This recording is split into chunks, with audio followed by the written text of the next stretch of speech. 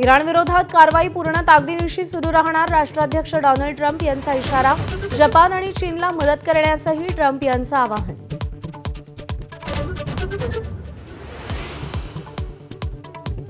होर्मुझ पार करून आलेलं नंदादेवी जहाज भारतात पोहोचलं, तर काल शिवालिक जहाज गुजरातच्या मुंद्रा बंदरामध्ये पोहोचलं. दोन्ही जहाजांमध्ये एलपीजी गॅसचे 83,000 टन सिलेंडर.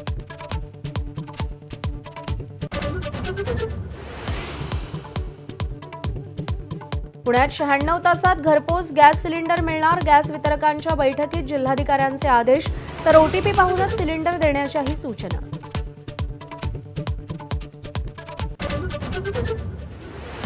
जालन्यामध्ये गॅस एजन्सीचं गोडाऊन फोडून 110 सिलेंडर चोरले. 96 घरगुती आणि 12 व्यावसायिक सिलेंडर चोरीला गेले. अज्ञात चोरट्यांविरोधात गुन्हा दाखल.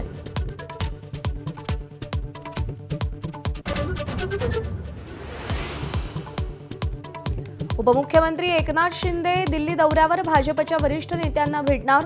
स्थानिक स्वराज्य संस्थेच्या निवडणुकीत मित्रपक्षांकडून सहकार्य न मिळाल्याची तक्रार करण्याची शक्यता.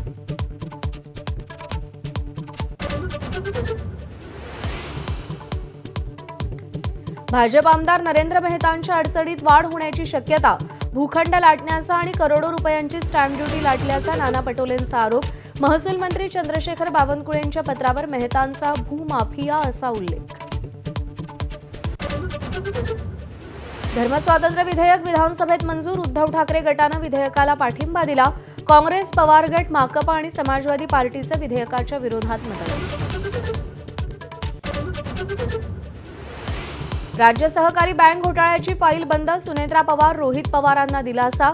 आरोपींकडून कोणताही अप्रामाणिकपणा, फसवणुकीचा हेतू आढळला नाही. विशेष न्यायालयाचा क्लोजर रिपोर्ट स्वीकारताना निर्वाळा.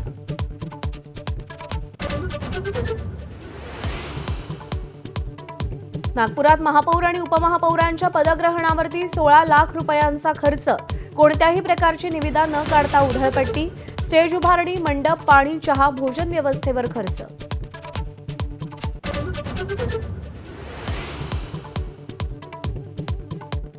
जितेंद्र आव्हाडांनी छत्रपती शिवरायांबद्दल केलेल्या वक्तव्यानं विधानसभेत राडा.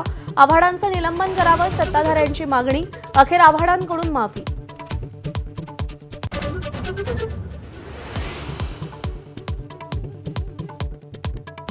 कौटुंबिक वादातून पतीनं पत्नीला मुलुंड स्टेशनवर लोकल समोर ढकललं. पत्नीचा मृत्यू. आरोपी राजकुमार गुप्ताला सुरतमधून अटक. मृत्यूपूर्वी काही तास आधी महिलेची पोलिसांमध्ये तक्रार.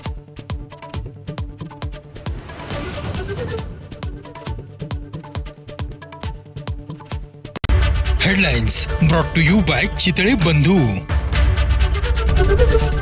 एबीपी माझा, उघडा डोळे बघा नीट.